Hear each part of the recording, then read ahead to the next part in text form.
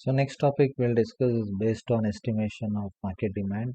Uh, we all know that in international market, this is one of the main aspect that any firm has to estimate to what extent they can expect a demand for their product in those foreign markets. So in order to forecast this type of market demand, basically we use two methods of forecasting demand. Under that, the first one is the expert opinion, which mainly focuses on you taking the inputs from the experts to help the firms with respect to forecasting of a demand in triangulation with different aspect of the firm objectives that should get itself aligned with the priorities of forecasting the demand. And second thing is with respect to analogy. Analogy always assumes that the demand for a product majorly develops in much the same way in all the countries as comparable with respect to economic development that usually occurs in each country. So this is providing a very good a contrasting effect between saying that the demand which is prevailing in domestic market is almost equivalently same with respect to the demand that is being developed in other countries. So all the methods for the market demand estimation basically are described as there are no substitute for original market research when it comes to economically feasible and time permits. And these are the things that needs to be addressed on a timely basis. And next thing is what are the responsibility for conducting a market research? We all know that any company in need for foreign market research can always rely on an outside foreign based agencies to conduct the marketing research on behalf of any of the organization, because we all know that domestic company will have a very good hands-on expertise with respect to dealing with those foreign nations. And apparently these things are something which is having a decentralization approach with respect to conducting the research activity across different countries. And we always give more priorities for the local analysts because they appear to be able to provide us a very frank and fair information which are more rapidly and which are more accurately related to our obligations. And rest of the things are mainly depends on how close our research are towards the market. And when we talk in terms of disadvantages, that mainly lies in with respect to inefficient communications with the home office executives. We all see that there would be a lot of barriers which are attached to somewhere or the other when we are interacting with the home office executives. So that majorly accounts to something like unwarranted dominance of the large market studies in case of decision making about the global standardization and so on and so forth.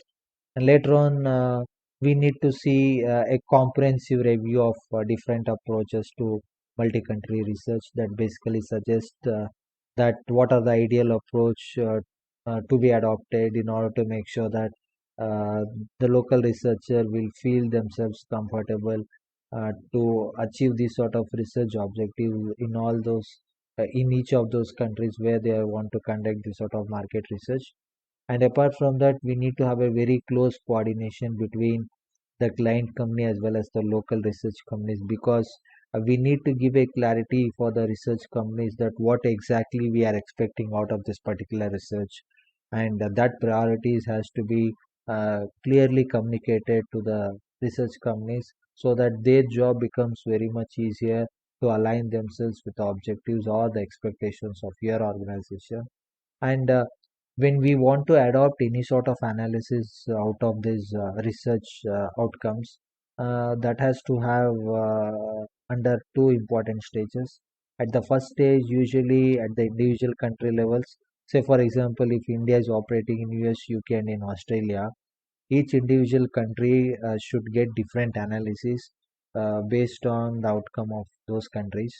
And second level is basically called as the multi-country level, where we try to jumble two countries outcome as one single analysis based on the similarity index, what they showcase with respect to their buying pattern or their buying behavior, or in case of their taste and preferences.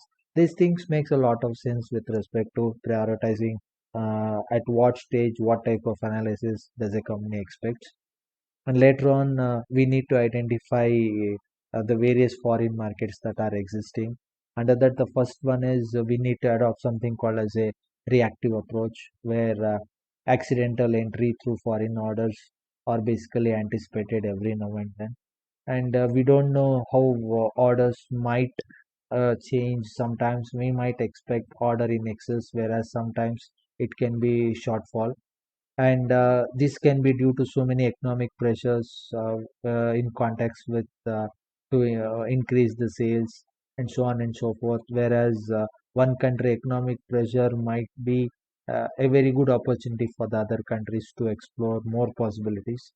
And after reactive approach, the second type is something called a systematic approach, where most of the activities takes place very proactively, and the organization might not give any sort of activation approach here to get the things done, but things will happen on its own in a very proactive manner. And second point, what we need to consider is with respect to concentration of resources that are basically needed, and which are considered as one of the important aspect with respect to considering the whole factors as a whole. Next thing is based on the market scanning and research, where each of the firms would like to do excellent market scanning to understand the outcome, or to understand the basic aspects of how exactly country is able to behave with respect to a particular product or services, and what are their expectations, and what exactly they want with my product. So these things provide an ample inputs for the companies to decide what type of product or services they wanted to offer, whether they are happy with a standardized product, or at or at each instances they want things to be customized. So this usually varies from country to countries. Say for example, a car manufacturing like Volvo might offer different variants of product for other foreign markets, but when it comes to Indian market, it has got very few models which are operating here. So that also provides an ample what we call as justifying situations, which usually we need to understand these things, that if a country is having so much of constraint, then it doesn't give that much of liberty for the companies to come and explore the more possibilities regarding offering different type of products. And even the purchasing pattern, or the consumer behavior, or the cultural factions, or the mindset, or their purchasing capabilities, or their spending capacities will also matters a lot with respect to thinking which product will make a lot of impact here in this country. And by looking at all these things, we can say that every now and then identifying the foreign markets will always pose a very biggest challenge in most of the what you call as well-established companies. And this is considered as one of the challenging factor with this sort of competitive world, wherein which every now and then countries are experiencing so much of stiff competition with other global market leading companies. So, for example, if we compare Intel with AMD, Intel says that their processors are world class, but AMD showcases that their processors are almost very much stable and consistent in line with Intel products. And Intel is trying to project their processor as the heart of the other company products like Lenovo or IBM.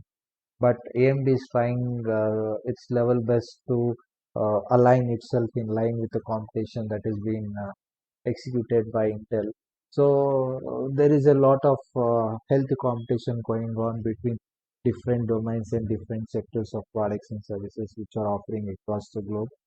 And it is always good that if a healthy competition is going on in the market, it provides ample opportunity for the customer to explore various options that are available in the market. So, for example, if a person is not satisfied with the performance of Intel processor, laptops, or a PCs, always there are option to explore the possibilities in case of AMD processor. So that is how flexibility and that is how the variety the company offers. If they have a different set of companies who are offering different variety of the products which is being bundled with lot of features and specifications to it.